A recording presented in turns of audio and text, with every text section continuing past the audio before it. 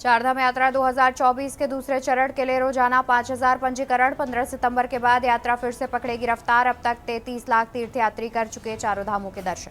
मुख्यमंत्री धामी गोलजीव मंदिर चंपावत में किया दर्शन। भाजपा कार्यकर्ताओं के साथ संवाद और वन पंचायत भवन में भी सीएम का संवाद। आज भी उत्तराखंड दौरे पर उपराष्ट्रपति जगदीप धनखड़। उपराष्ट्रपति देहरादून, ऋषिकेश, एम्स में कार्यक्रमों में करेंगे शिरकत। शिक्षक दिवस पर 5 सितंबर को 17 शिक्षकों को मिलेगा शैलेश मटियानी राज्य शैक्षिक पुरस्कार। राजभवन में राज्यपाल लेफ्टिनेंट जनरल गुरमीत सिंह करेंगे सम्मानित। मूसलाधार बारिश के बाद जोशीमठ में बिगड़े हालात। डर में जी रहे परिवार। भूस्खलन से जान पर आफत न आए। भूस्खलन प्रभावित क्षेत्रों का होगा तकनीकी अध्ययन। सीएम ने दिया अलर्ट सिस्टम विकसित करने का निर्देश। आप देख रहे हैं के न्यूज, खबरों का सार। नमस्कार, मैं हूं आपके साथ अवंतिका अवस्थी। आप देख रहे हैं के न्यूज इंडिया। बात करेंगे उत्तराखंड की खबरों पर, जहां उत्तराखंड में निकाय चुनाव पर एक बार फिर से असमंजस के बादल मंडरा रहे हैं। धामी सरकार ने एक बार फिर प्रशासकों का कार्यकाल 3 माह के लिए बढ़ा दिया है। राज्य सरकार के इस फैसले से इस साल निकाय चुनाव हो पाएंगे, इसकी संभावना लगभग खत्म हो गई है।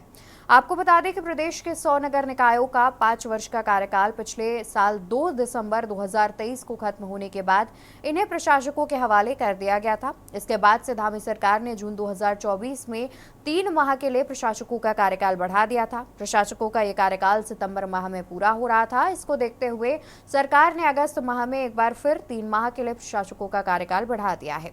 इसी को लेकर के विपक्ष का आरोप है कि सरकार हार के डर से निकाय चुनाव नहीं कराना चाहती है, जबकि सरकार का तर्क है कि वो निकाय चुनाव के लिए पूरी तरह से तैयार है। वहीं राज्य में निकाय चुनाव के बीच केदारनाथ उपचुनाव भी नजदीक आ रहे हैं, जिसके लिए सभी राजनीतिक दलों ने तैयारियां तेज कर दी हैं। बीजेपी की ओर से बड़े स्तर पर सदस्यता अभियान चलाया जा रहा है और इसके बाद ही 3 सितंबर को मुख्यमंत्री धामी पार्टी प्रदेश कार्यालय पहुंचकर पार्टी की सदस्यता लेंगे। देखिए ये रिपोर्ट।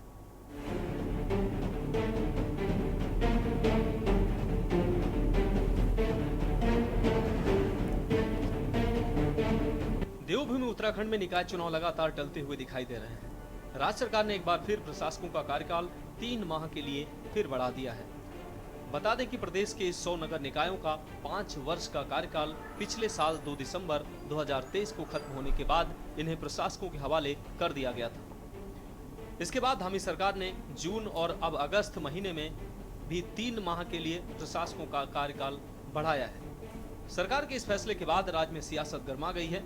विपक्ष का आरोप है कि सरकार हार के डर से निकाय चुनाव नहीं कराना चाहती है, जबकि सरकार का तर्क है कि वह निकाय चुनाव के लिए पूरी तरह से तैयार है, लेकिन कुछ शेष जरूरी कार्यों को पूरा करना है, जिसकी वजह से प्रशासकों का कार्यकाल बढ़ाया गया है। देखिए, भारतीय जनता पार्टी और हमारी सरकार चुनाव को लेकर पूरी तैयारियां कर चुके हैं और जब भी, क्योंकि मामला विधानसभा की पटल पर प्रवर समिति को सौंपा गया है, आरक्षण को लेकर के और परिसीमन को लेकर के कुछ जनप्रतिनिधि, कुछ विधायकों के द्वारा उसमें प्रश्न उठाया गया था। इसलिए प्रवर समिति को भेजा गया है और प्रवर समिति से जो भी रिपोर्ट आएगी तत्काल प्रदेश के अंदर निकाय चुनाव कराए जाएंगे। इसके साथ ही मामला न्यायालय में भी विचाराधीन है और कोर्ट का जो भी आदेश होगा उसके लिए सरकार पूरी तरह से तैयार है और भारतीय जनता पार्टी पूर्व की भांति पूरे प्रदेश भर में सभी निकायों पर अपना परचम लहराने वाली है। देखिए, आने वाले निकाय चुनाव हों या केदारनाथ विधानसभा के उपचुनाव हों, उनको लेकर के कांग्रेस पार्टी पहले से ही गंभीर है। जमीनी स्तर पर जो भी बूथ मैनेजमेंट करना है, जो भी प्रकोष्ठों का पुनर्गठन करना है, वो कांग्रेस पार्टी कर चुकी है और हम तो लगातार सरकार से मांग कर रहे हैं कि समय पे चुनाव होने चाहिए, लेकिन जो है निकाय चुनाव को लेकर के तो सरकार बार बार ही जो है भाग रही है। ये किसी से छुपा हुआ नहीं है और केदारनाथ के उपचुनाव में जिस तरीके से वहाँ की परिस्थितियां हैं, जिस तरीके से केदारनाथ यात्रा में इस बार अव्यवस्थाएं हुई हैं। जिस तरीके से वहां पर जो है व्यापारियों को संघर्ष करना पड़ा है, वो अपनी किस्तों का भुगतान ही नहीं कर पा रहे हैं। जिस तरीके से वहां पर आपदा के इतने दिनों के बाद भी अभी तक मुआवजे की घोषणा नहीं हुई है, बड़ी जनहानि और धन हानि होने के बावजूद भी वहां की अनदेखी हो रही है। तो इसका खामियाजा निश्चित तौर पर इस चुनाव में भाजपा को भुगतना पड़ेगा और कांग्रेस पार्टी प्रचंड बहुमत से जीत दर्ज करेगी, इसमें कोई शक नहीं है। निश्चित रूप से और दलों के भांति ही उत्तराखंड क्रांति दल भी आगामी आने वाले जो निकाय चुनाव है, नगर निगम चुनाव है, पंचायत चुनाव में, उसमें तैयारी करने में लगा हुआ है। हम लोग बूथ स्तर में अपने संगठन को मजबूत करने में लगे हुए हैं और सभी हमने जो हमारे पदाधिकारी हैं उनको हमने विभिन्न कार्य जो है वो बांट दिए गए हैं, उनको क्षेत्र बांट दिए गए हैं ताकि वो बहुत ही प्रबल तरीके से एक अच्छे विपक्ष की भूमिका हम लोग निभाएं और एक अच्छा अपना जो परफॉर्मेंस है आने वाले निकाय चुनाव में दें। आज देखिए, जहां तक रही बात चुनाव के देरी होने की, तो देखिए वर्तमान सरकार ये मान के चल रही है कि आज की डेट में उनकी परिस्थितियां जो है जब तक उनके अनुकूल नहीं होंगी राजनीतिक रूप से, तब तक वो इस राज्य में निकाय चुनाव नहीं कराने वाले। जिस प्रकार की घटनाएं बढ़ रही हैं, आपदाओं में जिस प्रकार वर्तमान सरकार फेल हुई है, आप देखिए किस तरीके से रस्म अदायगी पूरी की गई, आपकी 3 दिन का जो सत्र रखा गया, जिस प्रकार से वहां भी वो सही ढंग से जो सारे के सारे जो प्रस्ताव है पास नहीं करा पाई। ऐसे बहुत से मुद्दे हैं। आप चाहे चारधाम यात्रा का मुद्दा उठा लीजिए, आप चाहे केदारनाथ मंदिर का मुद्दा उठा लीजिए, आप चाहे अभी जो आपदा आ रखी है उसका मुद्दा उठा लीजिए। इन तमाम मुद्दों में कहीं न कहीं पर सरकार घिरी हुई नजर आ रही है और सरकार को लगता है कि निकट भविष्य में जब तक उनको एक अनुकूल परिस्थिति नहीं आ जाएगी, वो इस प्रदेश में चुनाव नहीं कराने वाले, ऐसा हमें प्रतीत होता है। वहीं निकाय चुनाव के बीच राज्य में केदारनाथ का उपचुनाव भी होना है, जिसको जीतने के लिए भाजपा कांग्रेस ने पूरी ताकत लगा रखी है। कांग्रेस हाल ही में उपचुनाव में मिली जीत से उत्साहित है, जबकि भाजपा केदारनाथ उपचुनाव में भारी बहुमत से जीत का दावा कर रही है। इस बीच पार्टी की ओर से बड़े स्तर पर सदस्यता अभियान भी चलाया जा रहा है। इसके तहत 3 सितंबर को मुख्यमंत्री पुष्कर धामी पार्टी प्रदेश मुख्यालय पहुंचकर पार्टी की सदस्यता लेंगे। इसके बाद विधायक से लेकर पदाधिकारी तक घर घर जाकर सदस्यता अभियान का आगाज करेंगे। वहीं कांग्रेस का कहना है कि भाजपा को नए सदस्य नहीं मिल रहे हैं, इसलिए मुख्यमंत्री से लेकर प्रधानमंत्री तक को दोबारा पार्टी का सदस्य बनना पड़ रहा है। 3 साल के बाद होता है और हम सब लोगों के लिए बड़ा अवसर होता है कि हम जन जन तक पहुँचें, समाज के अंतिम छोर तक पहुँचें और हमारा प्रदेश के सभी पदाधिकारी, सभी कार्यकर्ता बड़े जोर शोर से इस अभियान को आगे बढ़ाएंगे और 2 तारीख को राष्ट्रीय स्तर पर ये अभियान प्रारंभ होगा और उसके बाद पूरे देश में चलेगा, हमारे प्रदेश में भी चलेगा। हम उन स्थानों तक जाएंगे इसके माध्यम से जहां अभी हमारी पार्टी को और पहुंचना है और हमको विस्तार करना है। हमारा संगठन का भी विस्तार होगा और निश्चित रूप से जहां संगठन का विस्तार होगा वहीं हमारे प्रदेश के लिए भी जो हमारी योजनाएं हैं केंद्र की और राज्य की, उन योजनाओं को प्रचार प्रसार में एक बड़ी सहायता इस अभियान के माध्यम से मिलेगी। देखिए, भारतीय जनता पार्टी की देश के अंदर ऐसी स्थिति हो गई है, उनको ढूंढे से भी कार्यकर्ता नहीं मिल पा रहे हैं। प्रधानमंत्री जी को दोबारा स्वयं सदस्य बनना पड़ रहा है, मुख्यमंत्री जी को स्वयं सदस्य बनना पड़ रहा है, क्योंकि उनको लोग ढूंढने से भी उनके सदस्य नहीं बन रहे हैं, इसलिए वो दोबारा से अपने सदस्य बन रहे हैं। अगर इन्होंने देश के अंदर कोई काम किया होता, प्रधानमंत्री जी को देश की जनता ने नकार दिया, मुख्यमंत्री जी को यहाँ की देश की जनता ने नकार दिया। प्रधानमंत्री जी ने कहा था कि इस बार 400 पार, 15 दलों के लोगों को मिलाकर उनको सरकार बनाकर अपनी इज्जत बचानी पड़ी। मुख्यमंत्री जी अपने विधानसभा से जिनके नेतृत्व में चुनाव लड़ा गया था, वहां से वहां की जनता ने उनको नकार दिया, तो जबरदस्ती उनको मुख्यमंत्री बना दिया। तो इनको ये जनता ने नकार दिया है, सिर्फ अपनी वाहवाही लूटने के लिए ये दोबारा स्वयं कार्यकर्ता बन रहे हैं। इनको कार्यकर्ता ढूंढने से भी नहीं मिल रहा। बिल्कुल, देखिए, हमारा ये संगठन महापर्व है और जो 6 साल में लगभग होता है, उसमें नए सदस्य हमारे बनाए जाते हैं। उसमें जो पुराने सदस्य, उनके साथ नए सदस्यों को और भी जोड़ा जाता है। संगठन मजबूती के लिए ये सब सदस्यता अभियान को चलाया जाता है, क्योंकि कोरोना काल में हमारा ये सदस्यता अभियान नहीं चल पाया, इसीलिए अब ये सदस्यता अभियान हमारा चल रहा है। इसमें 2 तारीख को हमारे देश के प्रधानमंत्री श्री नरेंद्र मोदी जी सदस्यता ग्रहण करेंगे, जिसमें हमारे राष्ट्रीय अध्यक्ष उनको सदस्यता दिलाने का काम करेंगे। 3 तारीख को उत्तराखंड में हमारे पुष्कर सिंह धामी जी, जो कि मुख्यमंत्री हैं, हमारे प्रदेश अध्यक्ष महेंद्र भट्ट जी, उनको सदस्यता दिलाने का काम करेंगे और उसके बाद पूरे देश के अंदर हमारे जो तमाम कार्यकर्ता हैं वो सदस्यता लेने का काम करेंगे और नए सदस्यों को हम जोड़ने का इसमें काम करेंगे। संगठन की मजबूती के लिए कार्य किया जाता है। कुल मिलाकर राज्य में भाजपा कांग्रेस समेत तमाम राजनीतिक दल चुनाव को लेकर काफी उत्साहित हैं और सभी दल जीत का दावा भी कर रहे हैं। हालांकि राज्य में निकाय चुनाव को लेकर सस्पेंस खत्म होने का नाम नहीं ले रहा है और अब एक बार फिर प्रशासकों का कार्यकाल बढ़ने से इस साल निकाय चुनाव हो पाएंगे, इसकी संभावना भी करीब करीब खत्म हो रही है। सवाल यह है कि आखिर क्यों सरकार बार बार प्रशासकों का कार्यकाल बढ़ाकर निकाय चुनाव को टाल रही है। सवाल यह है कि आखिर कब राज्य में निकाय चुनाव होंगे। Uttarakhand desk report. उत्तराखंड के केदारनाथ धाम में एक बड़ा हादसा होने से बच गया। शनिवार को एक हेलीकॉप्टर जो खराब हो गया था उसे दूसरे हेलीकॉप्टर की मदद से टो करके ले जाया जा रहा था। इस प्रक्रिया के दौरान खराब हेलीकॉप्टर आसमान में लहराते हुए अचानक नदी में गिर गया। अगर ये हेलीकॉप्टर भीड़भाड़ वाले इलाके में गिरता तो भारी नुकसान हो सकता था। पुलिस चौकी लिंचोली के माध्यम से एसडीआरएफ की रेस्क्यू टीम को सूचित किया गया। एक निजी कंपनी का खराब हेलीकॉप्टर जिसे केदारनाथ हेलीपैड से गुजर हेलीपैड की ओर ले जाया जा रहा था, वो थारू कैंप के पास लिंचोली में नदी में गिर गया। एसडीआरएफ की टीम तुरंत मौके पर पहुंची। सौभाग्य से इस घटना से कोई भी जनहानि नहीं हुई है।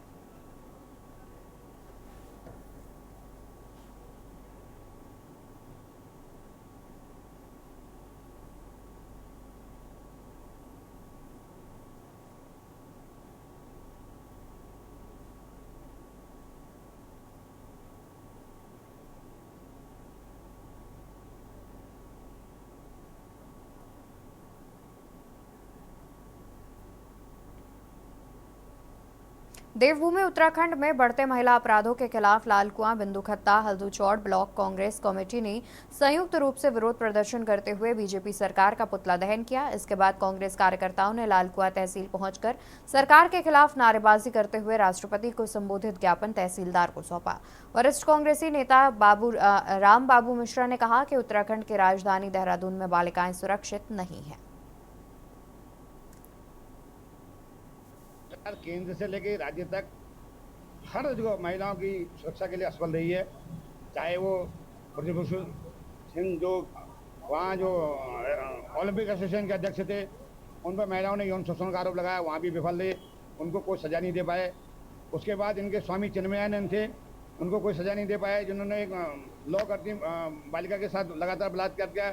उसके बाद कुलदीप सिंह सेंगर इनके विधायक बलात्कार में शामिल रहे, उन्होंने कईयों की हत्या कर दी, उसका कुछ नहीं कर पाया। आज सल्ट में रानीखेत में भाजपा के मंडल अध्यक्ष ने एक बकरी चराने वाली बालिका के साथ बलात्कार किया। बड़े शर्म की बात है।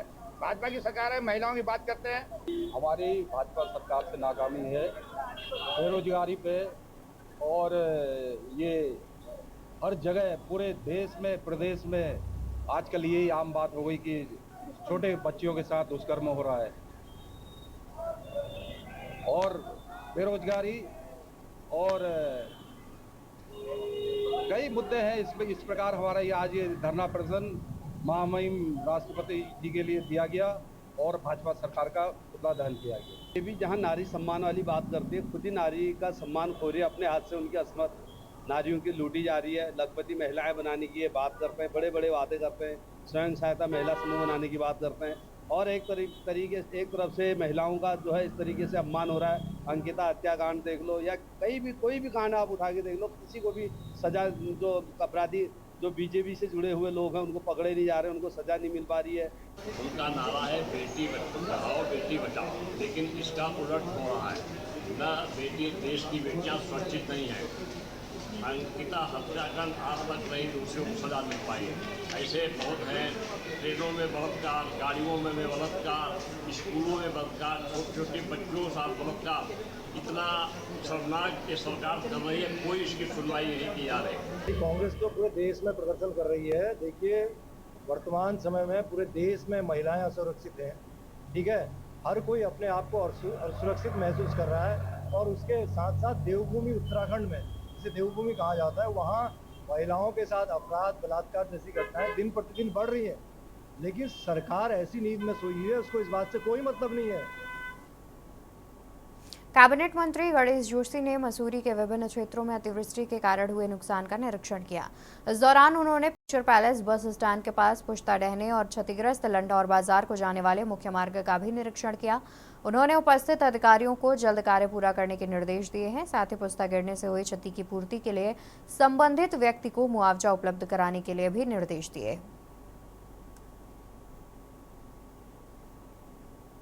देखिए, क्योंकि ये मुख्य मार्ग है और जो मैंने इसकी स्थिति दी है इसका, क्योंकि 65 फीट नीचे से इसको ऊपर लेकर आ रहे हैं और कुछ यहाँ पर मटेरियल लाने की भी दिक्कत है। मैंने अभी SDM को और खुद निश्चित किया है कि मटेरियल लाने में कोई दिक्कत ना हो, क्योंकि आज 1 महीने से अधिक हो गया है। जिस गति से काम होना चाहिए था काम नहीं हो पा रहा है। जब मैंने अधिकारी से उन्होंने टेक्निकल दिक्कत बताई तो उसके वजह से। खबर कोटद्वार से है, जहां भारतीय जनता पार्टी 2 सितंबर से अपना नया सदस्यता अभियान शुरू करने के लिए पूरी तरह से तैयार है। इस अभियान में प्रधानमंत्री नरेंद्र मोदी पार्टी के विशाल संगठनात्मक अभ्यास की अगुवाई करेंगे। पार्टी ने संगठन पर्व के रूप में वर्णित ये विशाल अभ्यास अगले 2 महीनों तक आयोजित करेगी। 2 चरणों में आयोजित इसको किया जाएगा।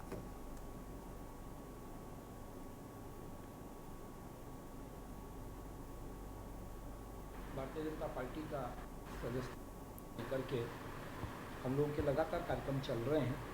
सदस्यता अभियान 1 सितंबर से शुरू होने जा रहा है और 15 अक्टूबर तक लगभग हमारा ये सदस्यता अभियान चलेगा, जिसमें कि हम लोग प्राथमिक सदस्य बनाते हैं।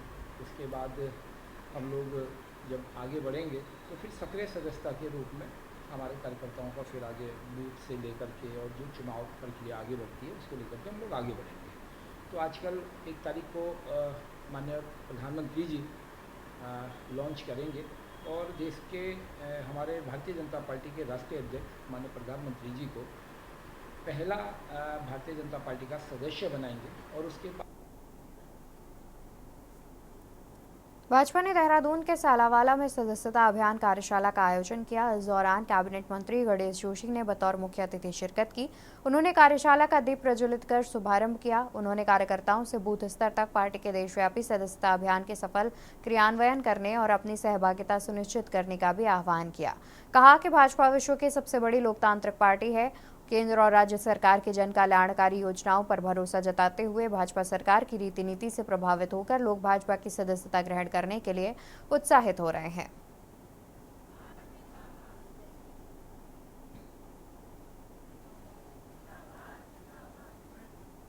जिला मुख्यालय पौड़ी में ठेकेदारों ने प्रदेश सरकार के खिलाफ नारेबाजी कर प्रदर्शन किया। उन्होंने प्रदेश सरकार पर उत्तराखंड के ठेकेदारों की अपेक्षा करने का आरोप लगाया है। उनका कहना है कि 10 करोड़ तक के निर्माण कार्यों में वरीयता उत्तराखंड के स्थायी और मूल निवासियों को ही दी जाए।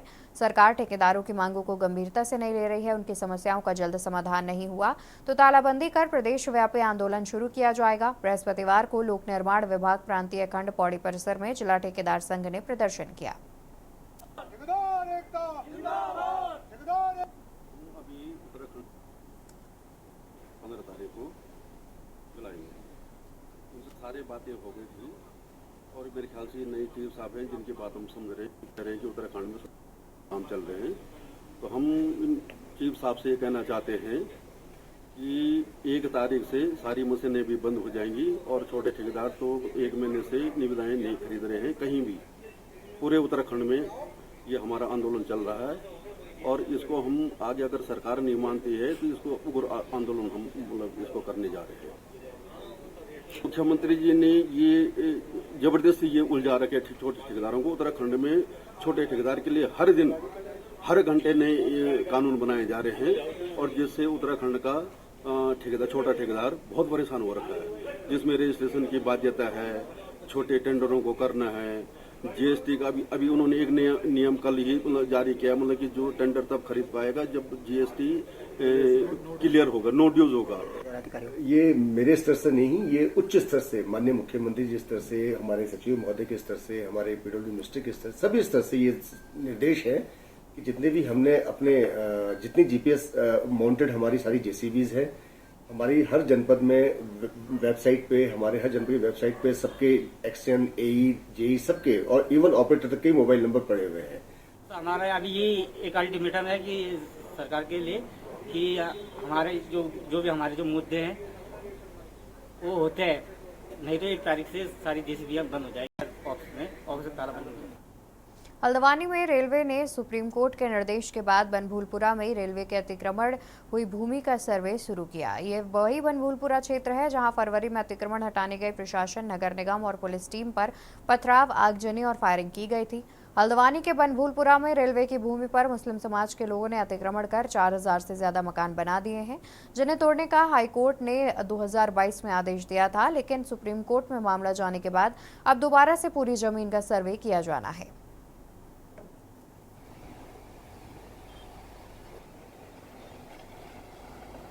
खबर देहरादून से, जहां कांग्रेस के पूर्व प्रदेश अध्यक्ष गणेश गोदियाल ने पर्यटन मंत्री सतपाल महाराज से केदारनाथ सोना प्रकरण की जांच को लेकर सवाल किया। उन्होंने इस पूरे प्रकरण में मंदिर समिति और दानदाता की आपसी मिलीभगत का भी आरोप लगाया। दानदाता को ही पूरे मामले में असल लाभार्थी बताते हुए जांच लटकाने पर भी उन्होंने सवाल उठाए। पर्यटन मंत्री सतपाल महाराज कह रहे हैं कि जांच शासन में है, उसकी सुरक्षा की भी मांग की थी।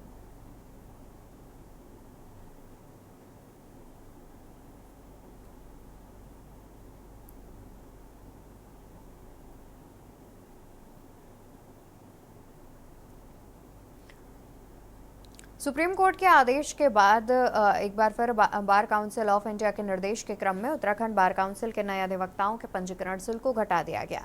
आपको बता दें कि गौरव कुमार बनाम यूनियन ऑफ इंडिया और अदर के केस में सुप्रीम कोर्ट के निर्णय के बाद अब नए अधिवक्ताओं से भारी पंजीकरण शुल्क नहीं वसूला जाएगा।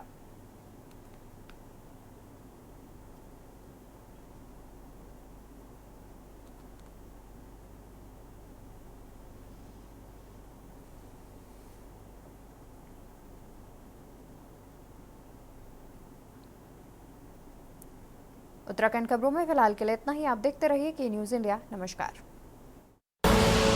आप देख रहे हैं के न्यूज़, खबरों का सारथी।